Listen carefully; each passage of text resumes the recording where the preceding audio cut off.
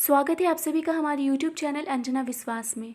Friends, जैसा कि आप सभी को पता है कि हमारे चैनल पर अभी एनसीईआरटी की सीरीज़ चल रही है और इस सीरीज़ के अंतर्गत हमने क्लास 6 की history, geography, polity and science को कंप्लीट भी कर लिया है। तो फ्रेंड्स, अगर आपने अभी तक उन वीडियोज़ को नहीं देखा है तो आप हमारे चैनल की प्लेलिस्ट में जाकर के उन वीडियोज़ को देख सकते हैं। और अब हम कंप्लीट कर रहे हैं क्लास 7 की बुक ज्योग्राफी को। फ्रेंड्स, वीडियो थोड़ी लंबी हो सकती है, लेकिन यकीन मानिए आपके सारे कॉन्सेप्ट बिल्कुल अच्छे से क्लियर हो जाएंगे। तो चलिए हम अपने वीडियो की शुरुआत करते हैं। फ्रेंड्स, इस वीडियो में हम कवर करेंगे क्लास 7 की ज्योग्राफी के चैप्टर 2 को, जिसका नाम है पृथ्वी का आंतरिक भाग।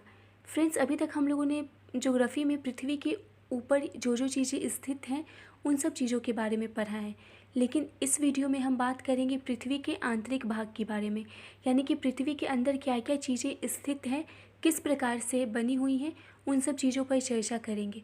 तो आइए हम अपने चैप्टर की शुरुआत करते हैं। फ्रेंड्स, अगर हम पृथ्वी की बात करें तो पृथ्वी एक गतिशील ग्रह है। अब ये गतिशील ग्रह कैसे है, तो आप याद कीजिए, आपने क्लास 6 की ज्योग्राफी में पढ़ा था कि पृथ्वी की घूर्णन गति होती है, परिक्रमण गति होती है। तो इससे क्या हुआ, पृथ्वी गति करती रहती है, हमें यही पता चलता है ना। तो इसीलिए हम लोग क्या कहते हैं कि पृथ्वी जो है वो एक गतिशील ग्रह है, क्योंकि यह निरंतर गति करती रहती है। वहीं फ्रेंड्स, क्या आपको पता है कि पृथ्वी के अंदर एवं बाहर निरंतर परिवर्तन होते रहता है, यानी कि पृथ्वी के अंदर भी और पृथ्वी के बाहर भी लगातार बहुत सारे परिवर्तन होते रहते हैं। अब वो कौन कौन से परिवर्तन हैं वो हम आगे डिस्कस करेंगे, लेकिन अभी इन दोनों बातों को आपको बिल्कुल अच्छे से याद रखना है कि पृथ्वी एक गतिशील ग्रह है और इसके अंदर और बाहर निरंतर परिवर्तन होते रहता है। अब आइए फ्रेंड्स, हम लोग पृथ्वी के आंतरिक भाग की चर्चा करते हैं। तो सबसे पहले आपको ये ध्यान रखना है कि पृथ्वी जो है वो एक के ऊपर एक संकेंद्रीय परतों से बनी है। कहने का तात्पर्य है कि पृथ्वी की जो संरचना है वो परतदार है, यानी कि ये परतों में विभाजित है और सभी परत एक दूसरे से टच करती हैं, अर्थात ये संकेंद्रीय परत है। अगर हम बात करें कि आखिर कौन कौन सी परतें हैं, तो आप याद रखेंगे फ्रेंड्स कि मुख्यतः 3 प्रकार की परतें हैं। 3 परतें हैं, पहला भूपर्पटी, दूसरा मेंटल, तीसरा क्रोड। भूपर्पटी को ही हम लोग परपटी या फिर क्रस्ट भी कहते हैं। तो आइए हम चित्र के माध्यम से इसे देख लेते हैं कि इनकी बनावट कैसी है, जो कि आपके बुक में ही दिया हुआ है। तो फ्रेंड्स, ये हमारी पृथ्वी है और इसका जो सबसे ऊपरी पार्ट है, जिस पर महाद्वीप, महादेश ये सब स्थित हैं, महासागर स्थित हैं, उसे हम लोग परपटी कहते हैं। यानी कि पृथ्वी का जो सबसे ऊपरी पार्ट है वो क्या कहलाता है, परपटी कहलाता है। तो ये आप याद रखेंगे। रही बात फ्रेंड्स स्थल मंडल की, तो चैप्टर 1 में ही हम स्थल मंडल के बारे में पढ़ चुके हैं, तो यहाँ उसकी बात नहीं करेंगे। अब रही फ्रेंड्स मेंटल की, तो देखिए परपटी के बाद जो पार्ट आता है, जो परत आती है, उसे हम लोग मेंटल कहते हैं। अब यहाँ पे आपको दिखाई दे रहा है क्रोड मेंटल सीमा। तो देखिए फ्रेंड्स, ये जो भाग आपको दिख रहा है, यहाँ पे मेंटल और क्रोड आपस में मिल रहे हैं, तो उसे हम लोग क्या कहते हैं, क्रोड मेंटल सीमा, यानी कि बाउंड्री लाइन। क्रोड मेंटल की जो बाउंड्री है उसे हम लोग यहाँ पे देख सकते हैं।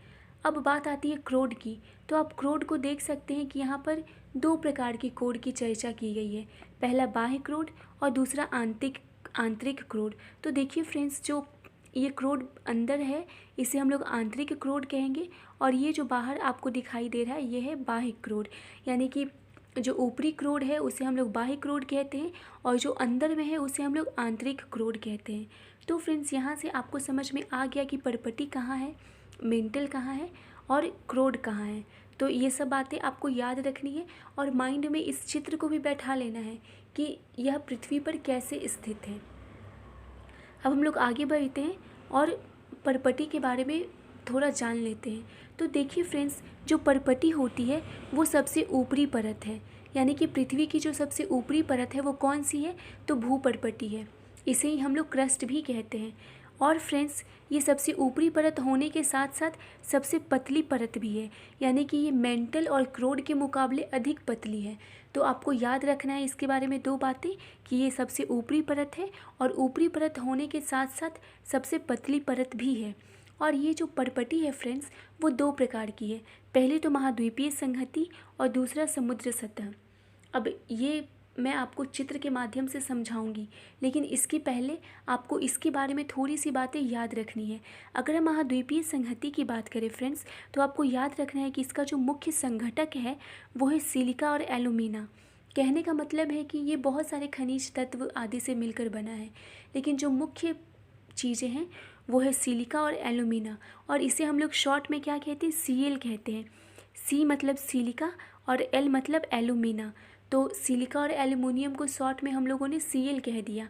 यानी कि महाद्वीपीय संहति किन दो संगठनों से मिलकर बनी है, Cl यानी कि सिलिका और एलुमिना। और अगर हम इसकी चौड़ाई की बात करें फ्रेंड्स, यानी कि जितना दूर इसका फैलाव है, तो वो है 35 किलोमीटर। अब हम बात करते हैं समुद्री सतह की, तो इसका जो मुख्य संघटक है वो है सिलिका और मैग्नीशियम, इसीलिए हम लोग इसे शॉर्ट में सी में कहते हैं। सी यानी कि सिलिका और मै यानी कि मैग्नीशियम। और अगर हम इसके फैलाव की बात करें या फिर चौड़ाई भी आप इसे कह सकते हैं, तो वो कितनी है, 5 किलोमीटर है। तो फ्रेंड्स ये सभी बातें आपको याद रखनी है। अब आइए हम चित्र के माध्यम से समझ लेते हैं महाद्वीपीय परपटी को और महासागरीय परपटी को। ये चित्र भी आपके बुक से ही लिया गया है। तो देखिए फ्रेंड्स, ये महाद्वीप है और महाद्वीप पे पर्वत, पहाड़, पेड़ पौधे सब कुछ स्थित होते हैं। तो ये जो महाद्वीपीय परपटी है, ये इसकी चौड़ाई कितनी है, 35 किलोमीटर है। और यहाँ जो महासागरीय परपटी यानी कि ऊपर जल है और नीचे जो इसकी चौड़ाई है वो कितनी है, 5 किलोमीटर है। तो ये सभी बातें आपको याद रखनी है। और चित्र के माध्यम से भी आपने देख लिया कि महाद्वीपीय परपटी और फिर महासागरीय परपटी कहाँ है और ये किस प्रकार से है। तो चलिए फ्रेंड्स, अब हम लोग आगे बढ़ते हैं और मेंटल के बारे में थोड़ा जान लेते हैं। तो फ्रेंड्स, ये दूसरी परत है, यानी कि परपटी के बाद जो परत आती है उसे हम लोग मेंटल कहते हैं। यानी कि परपटी के नीचे जो परत है वो कौन सी परत है, मेंटल है। और इसकी जो गहराई है या फिर फैलाव आप कह लीजिए, वो कितनी है, 2900 किलोमीटर है। तो ये आपको बिल्कुल अच्छे से याद रखना है कि इसका फैलाव कितना है, चाहे वो परपटी हो, चाहे वो मेंटल हो, चाहे वो क्रोड हो, इन सभी का फैलाव आपको बिल्कुल अच्छे से याद होना चाहिए। तो चलिए फ्रेंड्स, हम आगे बढ़ते हैं और क्रोड पर चर्चा करते हैं। ये जो क्रोड है फ्रेंड्स, ये सबसे आंतरिक परत है, यानी कि सबसे निचली परत है ये। और इसकी जो त्रिज्या है वो लगभग 3500 किलोमीटर है। और ये मुख्यतः निकल और लोहे से बनी हुई है। और चूँकि ये निकल और लोहे से बनी हुई है, तो इसे हम लोग नीफे भी कहते हैं। नी मतलब निकल और फे यानी कि फेरस, फेरस को ही तो लोहा कहते हैं। तो आपको कौन कौन सी बातें याद रखनी है कि ये सबसे आंतरिक परत है, इसकी त्रिज्या 35 किलोमीटर है और ये मुख्यतः निकेल और लोहे से बनी है, इसीलिए हम लोग इसे नीफे कहते हैं। निकेल का पहला शब्द नी और लोहे को हम लोग फेरस भी कहते हैं, तो इसका पहला शब्द फे यानी कि नीफे। किसका एक और नाम है नीफे, तो क्रोड को ही हम लोग नीफे के नाम से भी जानते हैं। और ये जो केंद्रीय क्रोड होता है फ्रेंड्स, यानी कि आंतरिक आंतरिक क्रोड, ऐसे तो पूरा जो क्रोड होता है उसका तापमान और दाब अधिक होता है, लेकिन केंद्रीय क्रोड कहने का मतलब है जो सबसे केंद्र में है, तो उस क्रोड का जो तापमान है और दाब है वो काफ़ी उच्च है, यानी कि बहुत ही ज़्यादा है। तो फ्रेंड्स, इस तरीके से हमने परपटी, मेंटल और क्रोड के बारे में जान लिया। तो आपको इन सब चीज़ों को बिल्कुल अच्छे से याद रखना है। अब देखिए फ्रेंड्स, कुछ बातें हैं जो आपके चैप्टर के साइड में दी हुई होती है, जिसे हम लोग अक्सर स्किप कर देते हैं, लेकिन वो आपको याद होना चाहिए। तो उसमें हमें याद करने के लिए कहा जा रहा है कि विश्व की सबसे गहरी खान कौन सी है, तो वो कहाँ है, दक्षिण अफ्रीका में है, जिसकी गहराई लगभग 4 किलोमीटर है। यानी कि विश्व की सबसे गहरी खान दक्षिण अफ्रीका में स्थित है और उसकी गहराई कितनी है, तो 4 किलोमीटर है। पृथ्वी के केंद्र तक पहुंचने के लिए हमें समुद्र की सतह पर 6000 किलोमीटर गहराई तक खोदना होगा। लेकिन फ्रेंड्स, ये बिल्कुल इम्पॉसिबल है। हम लोग समुद्र की सतह पर 6000 किलोमीटर तक खुदाई नहीं कर सकते।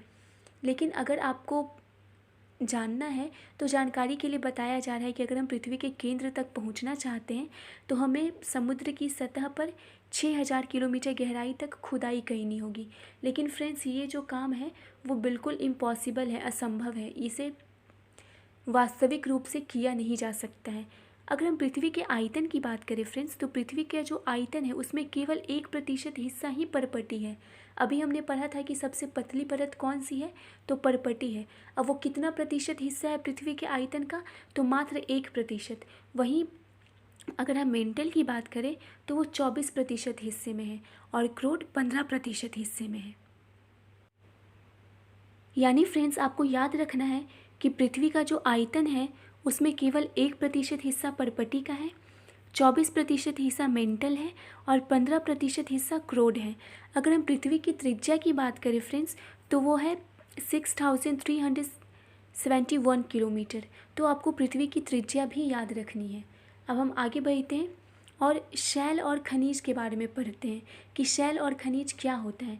तो सबसे पहले हम शैल की चर्चा करते हैं। तो देखिए फ्रेंड्स, पृथ्वी की जो परपटी है वो शैलों से बनी है।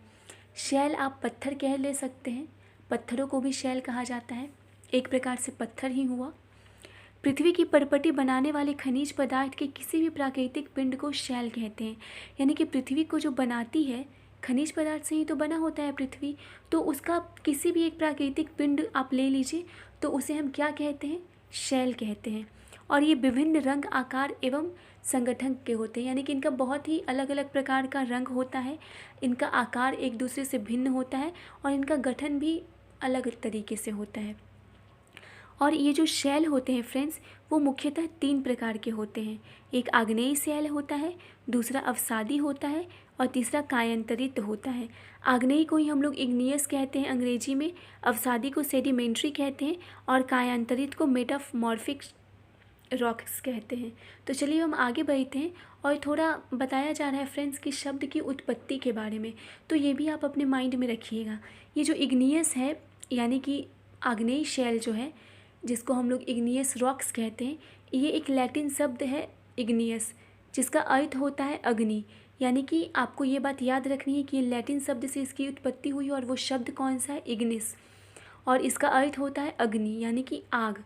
दूसरा है सेडिमेंट्री रॉक्स, तो इसकी जो उत्पत्ति हुई है वो लैटिन शब्द सेडिमेंटम से हुई है, जिसका अर्थ होता है स्थिर।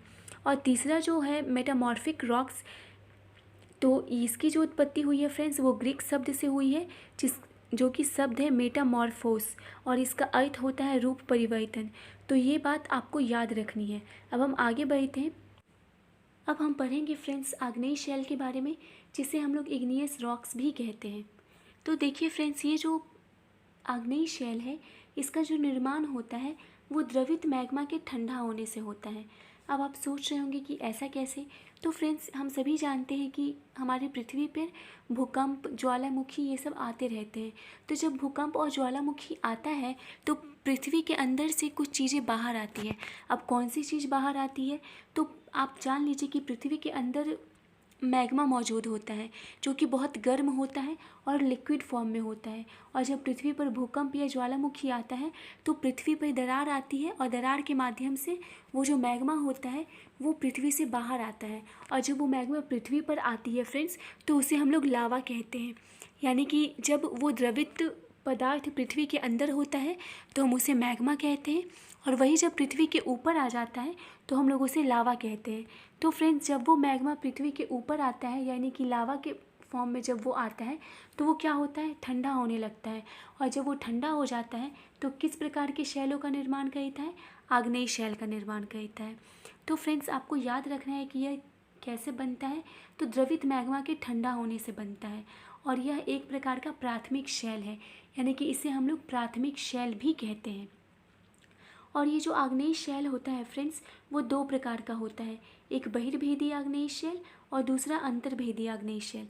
अब इन दोनों के बारे में हम लोग जान लेते हैं कि आखिर ये कैसे कैसे होते हैं। तो देखिए, सबसे पहले हम ये चर्चा करते हैं कि बहिर्भेदी आग्नेय शैल क्या है। तो देखिए, द्रवित मैग्मा की पृथ्वी की सतह पर आकर तेज़ी से ठंडा होकर बना जो ठोस होता है उसे हम लोग बहिर्भेदी आग्नेय शैल कहते हैं। अभी हमने क्या कहा था कि पृथ्वी पर जब ज्वालामुखी और भूकंप की घटनाएं होती हैं तो पृथ्वी के अंदर से बहुत सारी चीज़ें बाहर आती हैं, और वो मैग्मा जब बाहर आता है तो वो क्या होता है, पृथ्वी पर आकर के ठंडा हो जाता है। और जब वो ठंडा होकर ठोस बनता है, यानी कि वो लावा जब ठंडा हो जाता है और ठोस बन जाता है तो उसे हम लोग क्या कहते हैं, बहिर्भेदी आग्नेय शैल कहते हैं। आपको याद रखना है कि जो पृथ्वी के ऊपर आकर ठोस बनेगा उसे हम लोग बहिर्भेदी कहेंगे, पृथ्वी की सतह के ऊपर। अब मैं इस बात पर क्यों इतना जोर डाल रही हूँ वो अभी आपको पता चलेगा, लेकिन आपको याद रखना है कि पृथ्वी की सतह पर आकर जो तेज़ी से ठंडा होकर ठोस बनता है उसे हम लोग बहिर्भेदी आग्नेय शैल कहते हैं। बहिर यानी कि बाहर। इसकी जो संरचना होती है फ्रेंड्स, वो होती है बहुत महीन दानों वाली। चूँकि ये बहुत जल्दी ठंडा हो जाती है, इसलिए इसके जो दाने होते हैं वो बहुत महीन होते हैं। अगर हम इसके एग्जाम्पल की बात करें तो बेसाल्ट इसका एक उदाहरण है। अगर हम बात करें दक्कन के पठार की, तो जो दक्कन का पठार है वो बेसाल्ट सैलों से ही बना है।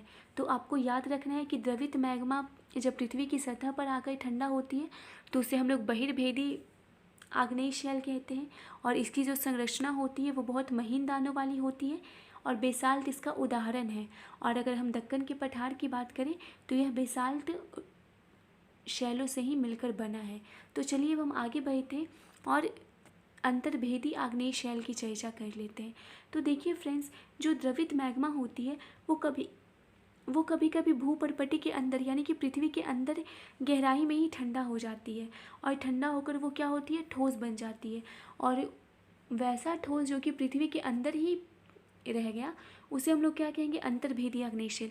जैसे कि ये पृथ्वी है फ्रेंड्स, तो बहुत सारे मैग्मा जो क्या होते हैं वो बाहर आ जाते हैं पृथ्वी से फट करके, लेकिन कुछ क्या होते हैं पृथ्वी के अंदर ही जम जाते हैं, यानी कि ठंडा होकर जम जाते हैं और ठोस बन जाते हैं। किसी कारणवश वो बाहर नहीं आ पाते हैं, और पृथ्वी की सतह के अंदर ही वो क्या होते हैं, ठंडे होकर कठोर हो जाते हैं।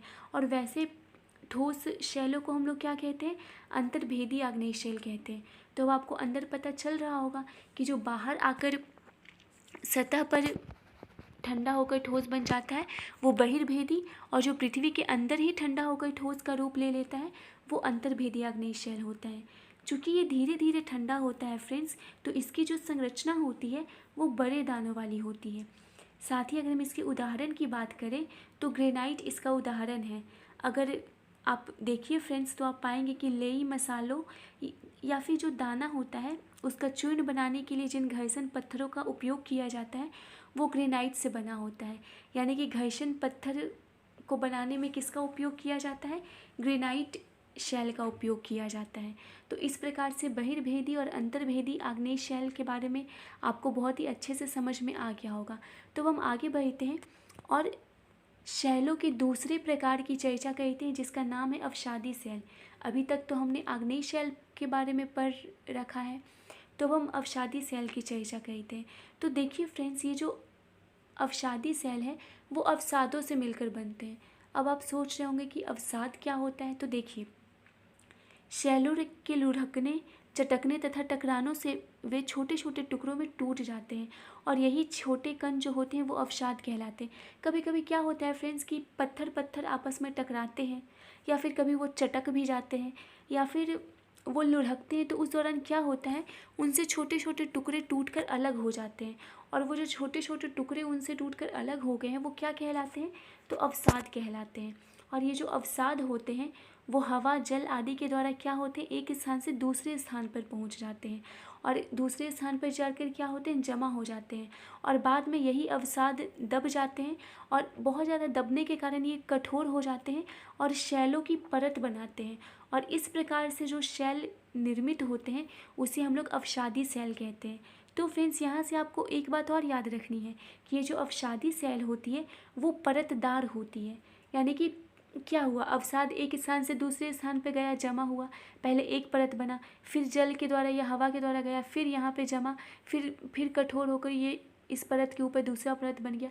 तो इसलिए आपको याद रखना है कि इसे हम लोग परतदार शैल भी कहते हैं।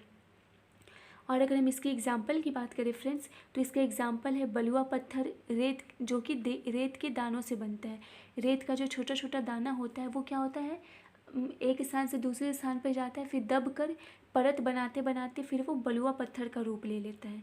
और इसमें जीवाश्म भी उपस्थित होते हैं। जीवाश्म का मतलब होता है मृत पौधे एवं जीव जंतुओं के अवशेष, यानी कि शैल की परत में जो मृत पौधे और जीव जंतुओं के अवशेष दबे होते हैं उसे जीवाश्म कहते हैं। और ये जीवाश्म किस प्रकार के शैलों में उपस्थित होते हैं, तो अवसादी शैलों में उपस्थित होते हैं।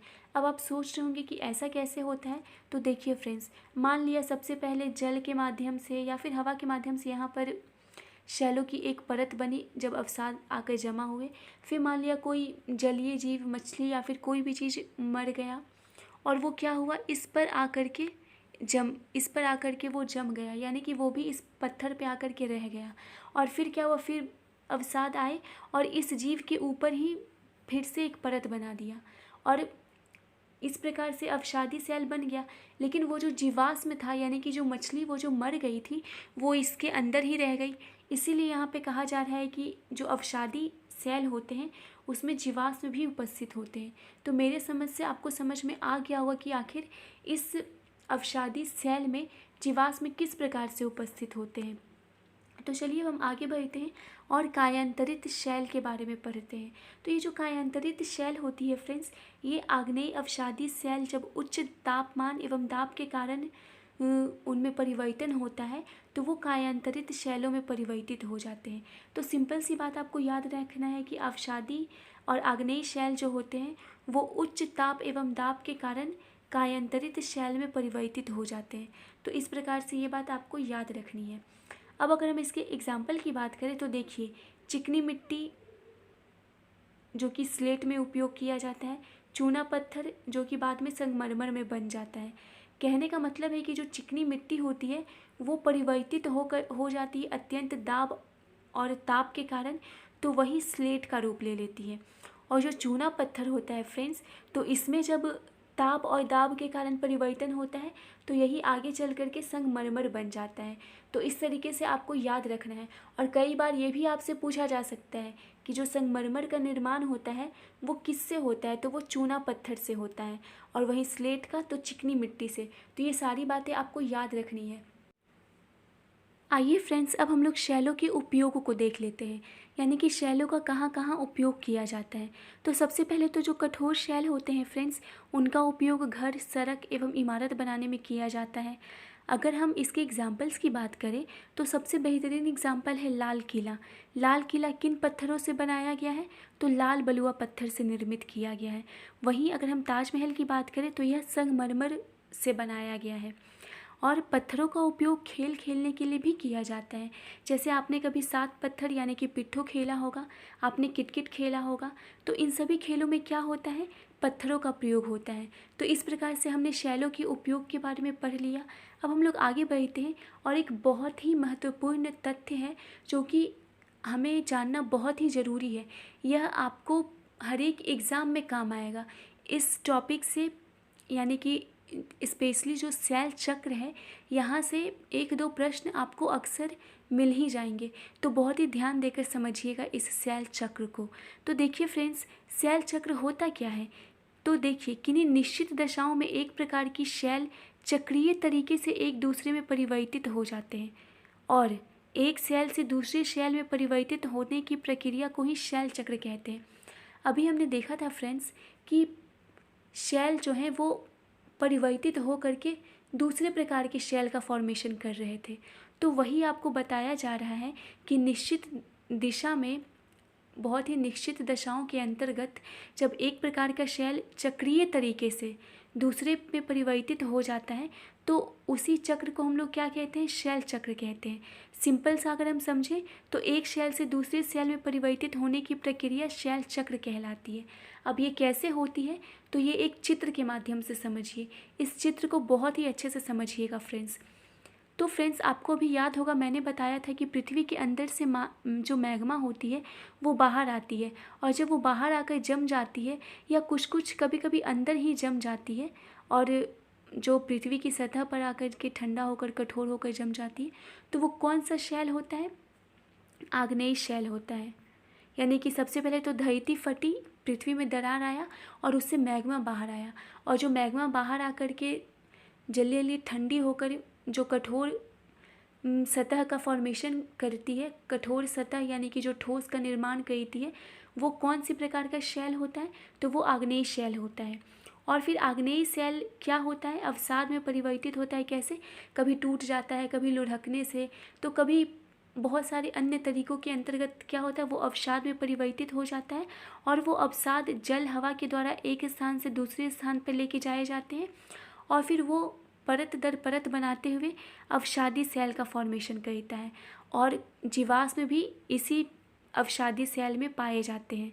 और जब अवसादी सेल और फिर आग्नेय शैल, यानी कि आप अगर समझो तो हमने क्या पढ़ा था कि आग्नेय सेल से अवसाद बना, और अवसाद के कठोर होने से अवसादी सेल बना, और फिर अवसादी सेल जब अत्यंत दाब और ताप के अंतर्गत आती है तो वो कायांतरित शैल में परिवर्तित हो जाती है। साथ ही अगर हम आग्नेय शैल को देखें तो ये अवसादों में न टूटकर डायरेक्ट, अगर इस पे अत्यधिक ताप और दाब दे दिया जाए तो वो डायरेक्ट क्या होगी, कायांतरित शैल में परिवर्तित हो जाएगी। अवसादी शैल तो दाब और ताप के कारण होगी ही, लेकिन आग्नेय शैल से डायरेक्ट कायांतरित शैल में भी परिवर्तन हो सकता है। कोई ज़रूरी नहीं कि आग्नेय से पहले अवसाद बनेगा फिर अवसादी उसके बाद कायांतरित, ये डायरेक्ट भी कायांतरित शैल का रूप ले सकती है। तो फ्रेंड्स, अब आपको समझ में आया कि यहाँ पर ये एरो क्यों दिया गया है, क्योंकि ये डायरेक्ट कायांतरित शैल भी बन जाती है।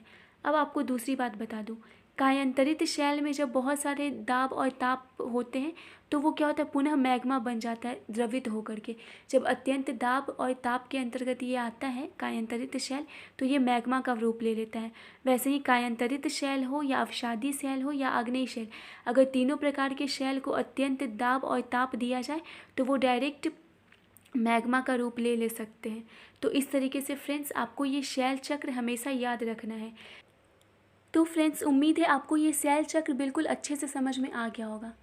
लेकिन फ्रेंड्स, अब मुझे लग रहा है कि किसी किसी को यहाँ पर एक बात डाउट हो सकता है। ऐसे होना तो नहीं चाहिए, लेकिन फिर भी अगर हो रहा है तो मैं आपको एक बात क्लियर कर दूँ। आप लोग में से कुछ लोग होंगे जो सोच रहे होंगे कि मैग्मा तो अभी मैंने बताया था कि वो धरती के अंदर होता है, और यहाँ पे दिख भी रहा है कि धरती के अंदर है, और ये सब तो पृथ्वी के ऊपर मौजूद हैं, तो ये मैग्मा कैसे बन गया।